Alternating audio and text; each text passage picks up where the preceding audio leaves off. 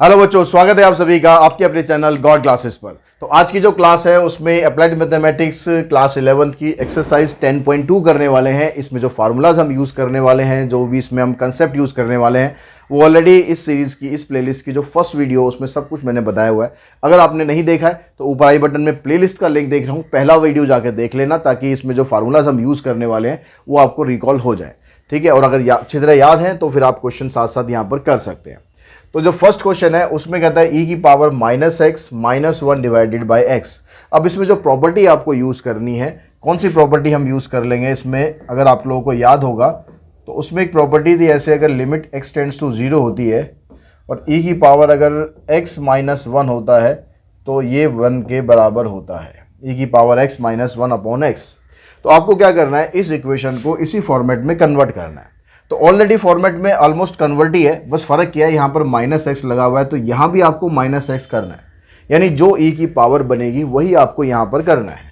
तो जब आप यहाँ पर लिमिट लोगे, limit x tends to 0, e की पावर -x -1, इसको मैं कर देता हूँ -x। अब -x करने का मतलब है कि -1 से मल्टीप्लाई करा है, तो न्यूमरेटर है उसको भी -1 से मल्टीप्लाई कर दें ताकि दोनों की बैलेंसिंग हो जाए। दूसरी चीज़, जब हम इसमें लिमिट लगाएंगे तो जैसे यहाँ पर x टेंड्स टू 0 है तो यहाँ पर -x टेंड्स टू 0 होना चाहिए। अगर x की वैल्यू 0 के बराबर है, x टेंड्स टू 0 का मतलब एग्जैक्ट वैल्यू तो नहीं होती है, ऑलमोस्ट होती है, तो अगर x टेंड्स टू 0 हो रहा है तो इसका मतलब हो गया कि हम इसको लिमिट -x टेंड्स टू 0 भी लिख सकते हैं। दोनों तरफ माइनस माइनस लगा जाए तो कुछ फर्क तो पड़ेगा नहीं 0 पर। तो ये बन गया आपके पास e की पावर -x -1 अपॉन -x। और ये जो -1 आ रहा था इसको आप स्टार्टिंग में भी लिख सकते हो, क्योंकि ये तो कांस्टेंट है। जो आपको लिमिट लगानी है वो इसमें लगानी है, और इस फार्मूले का यूज़ करके ये पूरा का पूरा 1 के बराबर हो गया। तो आंसर आएगा -1 इंटू में 1, आंसर आ गया इसका -1। उसके बाद जब नेक्स्ट क्वेश्चन की बात करते हैं, इसमें भी लगभग प्रॉपर्टी है तो आपको सेम ही लगानी है, बस थोड़ा सा यहाँ एडजस्टमेंट करनी है। अब यहाँ पर e की पावर x है माइनस e की पावर -x है, तो यहाँ पर क्या होना चाहिए, e की पावर x के बाद इधर -1 होना चाहिए, यानी इधर आपको 1 चाहिए। इधर 1 कैसे आएगा, अगर e की पावर -x से मैं सबको डिवाइड कर दूं, e की पावर x, e की पावर -x, e की पावर -x, e की पावर -x, और जो डिनोमिनेटर है इसको भी करना पड़ेगा। इन सब से अगर डिवाइड कर दिया तो ये तो बचेगा 1। ये जो -x है इसको जब आप ऊपर ले जाओगे तो ये बन जाएगा limit x tends to 0, e की पावर 2x -1, और यहाँ पर x, ये e की पावर -x, इसको भी मैं -x को प्लस करके इधर लिख लेता हूँ, ऐसे लिख सकते हैं। अब यहाँ पर अगर हम इस प्रॉपर्टी को देखें तो e की पावर x नहीं है, यहाँ पर e की पावर 2x है, लेकिन x तो आपके पास नीचे दिया हुआ है, तो हमें सिर्फ यहाँ पर 2 की कमी है, तो हम 2 को यहाँ पर मल्टीप्लाई कर देते हैं, डिवाइड कर देते हैं। तो हमने यहाँ पर करा e की पावर 2x -1 इंटू में 2x इंटू में 2, इसको हमने 2 से मल्टीप्लाई कर दिया, बैलेंस करने के लिए इसको भी कर दिया। अब ये जो e की पावर x रह रहा है इसको आप ऐसे अलग से लिख दो। अब यहाँ पर आ रहा है आपके पास e की पावर 2x, तो लिमिट अगर आप x टेंड्स टू 0 करके भी सॉल्व कर देते हो तो भी कोई फर्क नहीं पड़ेगा, आंसर तब भी ठीक ही आएगा। ठीक है, लेकिन यहाँ पर e की पावर 2x दे रखी है, आप यहाँ पर 2x दिखा दो तो कुछ फर्क तो पड़ेगा नहीं। अगर x टेंड्स टू 0 होगा तो 2x टेंड्स भी 0 ही होगा।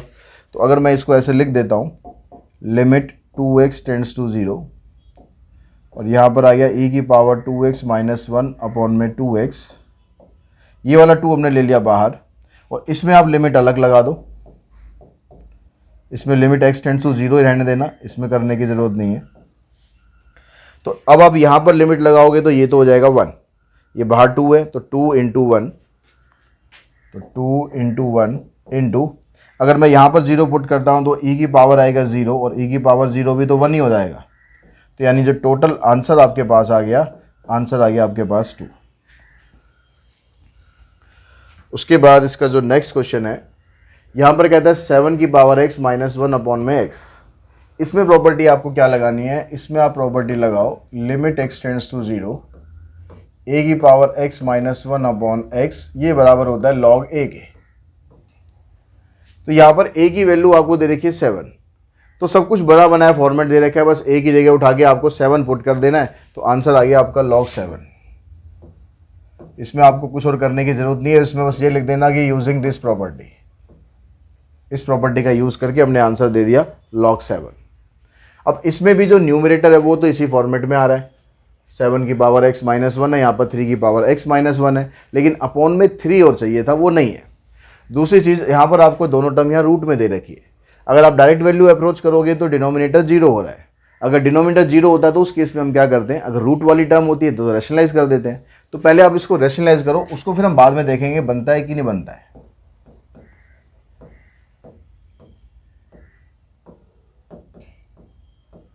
पहले इसको एज इट इज लिख लिया हमने, अब इसको मल्टीप्लाई करेंगे तो माइनस की जगह प्लस आ गया साइन।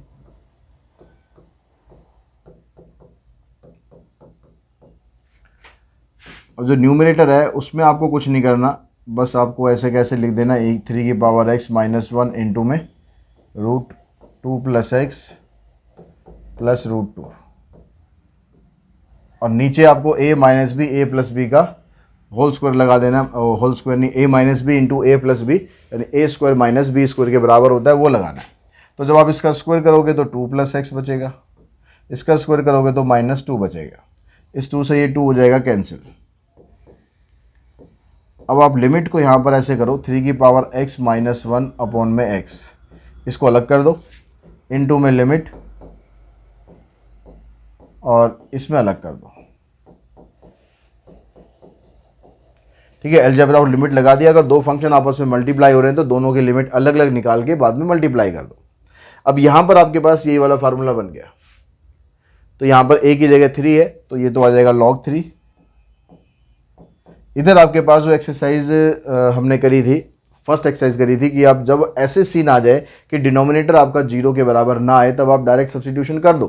तो यहाँ पर डिनोमिनेटर है ही नहीं, डायरेक्ट सब्स्टिट्यूशन करेंगे तो आ जाएगा रूट 2 प्लस रूट 2, यानी आ जाएगा 2 रूट 2 और log 3, यानी आंसर आ गया 2 रूट 2 log 3। ये हमारे पास इसका आंसर आ जाएगा। क्वेश्चन नंबर 3 में e की पावर x माइनस 1 अपॉन में x, तो इसमें अगर मैं ऐसे कर दूं तो कई बार आपको डायरेक्ट दिया होता है, कई बार थोड़ा एडजस्टमेंट करना पड़ता है। e की पावर x के साथ मैंने -1 कर दिया और माइनस एक्स को अलग कर दिया, इन दोनों टर्म को हमने इकट्ठा कर दिया। अब यहाँ पर इसको सेपरेट कर दो, दोनों टर्म्स को सेपरेट करो। e की पावर x माइनस 1 तो एक टर्म ले लिया हमने डिवाइडेड बाय x, फिर माइनस ये x आ गया इधर x अपॉन x, ये हो जाएगा कैंसिल, ये आ गया 1। अब लिमिट अप्लाई करेंगे तो फार्मूले के अकॉर्डिंग ये तो हो जाएगा 1, ये ऑलरेडी 1 है तो 1 माइनस 1, आंसर आ जाएगा 0। उसके बाद यहाँ पर कहता है x माइनस 1 है, नीचे है log x, तो इसमें log की प्रॉपर्टी लगेगी, लेकिन log की प्रॉपर्टी में क्या होता है, इसमें होना चाहिए log 1 plus x divided by x और लिमिट होनी चाहिए x टेंड्स टू 0, तो ये 1 के बराबर होता है। तो अगर हम इस प्रॉपर्टी का यूज़ करने के लिए जाएं तो एक तो लिमिट आपको यहाँ पर 0 नहीं दी हुई है, तो आप क्या करेंगे, इस 1 को जब आप इधर लाएंगे यानी x माइनस 1 बनेगा, तो आप पुट करेंगे x माइनस 1 को y, तो जो लिमिट है आपकी, इस 1 को मैं इधर ले आऊँगा तो ये बनेगा x माइनस 1 टेंड्स टू 0, इधर आ जाएगा x माइनस 1 की जगह y, और इधर से आप x की वैल्यू निकालोगे तो आएगी 1 प्लस वाई।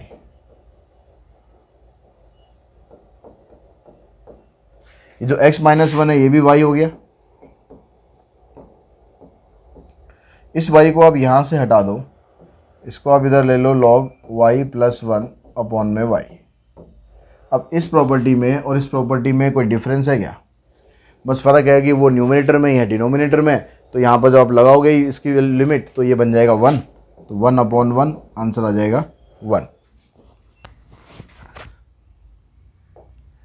क्वेश्चन नंबर 4 का जो फर्स्ट पार्ट है उसमें e की पावर x से e की पावर 3 फिर x माइनस 3 इस तरह से दिया हुआ, लिमिट भी आपको यहाँ पर x टेंड्स टू 3 दी है, यानी 0 नहीं दी हुई है। तो यहाँ पर भी आप वैसे ही स्टार्ट करो, पुट कर दो x माइनस 3 को y, फिर ये इधर जाएगा x minus 3 tends to 0, e की पावर x की जगह लिख देंगे 3 प्लस वाई, नीचे आ गया y, तो लिमिट आपने चेंज कर दी y में, ये e की पावर 3 प्लस वाई को हम ऐसे भी तो लिख सकते हैं, e की पावर 3 इंटू में e की पावर वाई। e की पावर 3 यहाँ से निकल जाएगा कॉमन, तो ये तो कांस्टेंट है, इसको बाहर ही लिख दो बेशक। अंदर रहेगा e की पावर -1 अपॉन में y। और इसका फार्मूला तो हम करते ही आ रहे हैं इस एक्सरसाइज में, इसकी वैल्यू 1 के बराबर होती है, तो e की पावर 3 इंटू में 1, आंसर आ गया e की पावर 3। इसका तो सेकंड पार्ट है, इसमें भी ऐसे ही कुछ आपको कि सेपरेट करना पड़ेगा, क्योंकि log 1 प्लस एक्स के नीचे आपको x चाहिए, तो ये 1 के बराबर होगा। तो इसके नीचे हमें x चाहिए। अब इसके नीचे x कैसे आ सकता है, यहाँ पर रूट वाली टर्म है, तो इसको रैशनलाइज कर दो। 1 प्लस एक्स माइनस 1, और जब हम इसको रैशनलाइज करेंगे तो ये बनेगा 1 plus x plus 1, 1 plus x plus 1।